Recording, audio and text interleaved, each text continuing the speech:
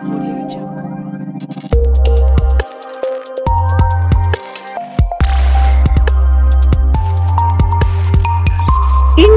TV9 news Maharashtra.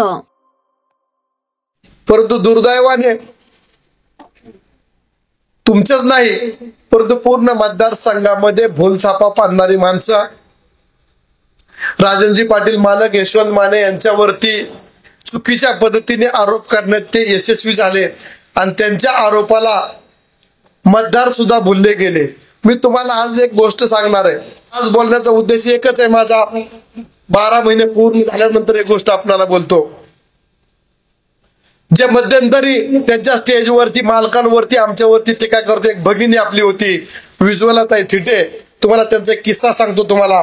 मालक मला म्हटले बोललो असतो तर बोलून दिलं नसतं, परंतु एक गोष्ट सांगतो की खोटी माणसं किती बोलतात, खोटं बोलण्यासाठी काय करतात। म्हणजे जी टीम जी होती ना कशा पद्धतीने खोटी बोलत होती त्याचे तुम्हाला एक जिवंत उदाहरण सांगतो तुम्हाला। 25 ऑक्टोबर 2024 रोजी माझ्या पुतण्याचे पुण्यामध्ये एक ऑफिस आहे कन्स्ट्रक्शन कंपनीचं। त्या कंपनीमध्ये संबंधित महिला उज्ज्वला थिटे आणि त्यांचा मुलगा मला भेटायला आले। त्या दिवशी तुम्हाला गेल्यानंतर ताई काय काम आहे तर या म्हटलं। ते म्हणले मला तुम्हाला भेटायचंय। मी म्हटलं ताई उद्या मी पुण्यात येणार आहे त्यावेळेस भेटो। माझ्या पुतण्याचं एक ऑफिस आहे त्या ठिकाणी या। त्यांना ऍड्रेस पाठवला। ते 4च्या दरम्यान माझ्याकडे आले। आल्यानंतर त्यांनी मला एकच सांगितलं, बघा त्यात भगिनीने मला सांगितलंय की राजू खरे आणि उमेश पाटलांनी मला 50 लाखाची ऑफर दिली की राजन पाटील माने आणि यशवंत माने राजन पाटील आणि यशवंत माने या दोघांवरती आणि त्यांच्या मुलांवरती सडकून आरोप करायचे, त्याच्या बदल्यामध्ये 50 लाख रुपयाची ऑफर दिलेली आहे। मी खोटं बोलत नाही। त्या भगिनीला तुम्ही विचारू शकता, त्यांना बोलू शकता, मीडियावाले जाऊन विचारू शकता। मग मी म्हटलं तुम्ही माझ्याकडे कशासाठी आला? ते म्हटलं तर तुमच्यावरनी काय बोलायचं म्हणून आलंय की तुम्ही मला काहीतरी द्या, मी तुमच्यावर बोलणार नाही।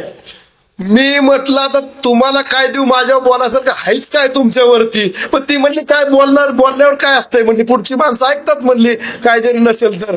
मग मी म्हटलं चला ऐकून घेऊ या महिलेच्या डोक्यामध्ये काय विषय। या सुज्ञ जनतेने ज्याच्या डोक्यावर केस नाहीत त्या डोक्यातल्या माणसांनी त्यांना असं सांगितलं की 50 लाख रुपये देऊन 1 महिना फक्त आमच्या स्टेजवरती या आजी माझी आमदारावरती आरोप करणे। मग मी विचारलं ते आरोप न करण्यासाठी मी काय केलं पाहिजे? त्या भगिनीने सांगितलं माझ्या मुलासाठी एक नवीन करकरीत इनिवा गाडी द्या आणि ती इनिवा गाडी पुढे चालवण्यासाठी अकाउंट वरती 10 लाख रुपये मला पाठवा। बघा खोटं सांगत नाही, मीडिया समोर चालू आहे। विठ्ठलाकडे तोंड करून सांगतोय यशवंत माने खोटं कधी बोलत नाही आणि 1 वर्षानंतर बोलतोय। त्याच वेळेस जर मी बोललो तुम्ही म्हणला असता एखाद्या महिला भगिनीची तुम्ही इज्जत काढताय, तिच्यावर तुम्ही आरोप करताय। आता कुठलं माझं निवडणूक नाही, माझं इलेक्शन नाही। मी तुम्हाला 1 वर्षानंतर सत्परिस्थिती सांगतो की खोटं बोलणारी जी टीम आहे आणि खोटं असणाऱ्या गोष्टी पैसे देऊन विकण्यासाठी लावणारी ही माणसं त्या भगिनीला 50 लाख रुपये देऊन लावलेलं आहे। तुम्हाला सांगतो तुम्ही मीडियावाल्यांनी त्या भगिनीला जाऊन विचारायचं की आमदार यशवंत मानेंच्या ऑफिसवर तुम्ही गेलता का, तुम्ही ही डिमांड केली का, तुम्ही या ठिकाणी 50 लाखाची तुम्हाला ऑफर आली होती का, ते तुम्ही विचारून घ्या।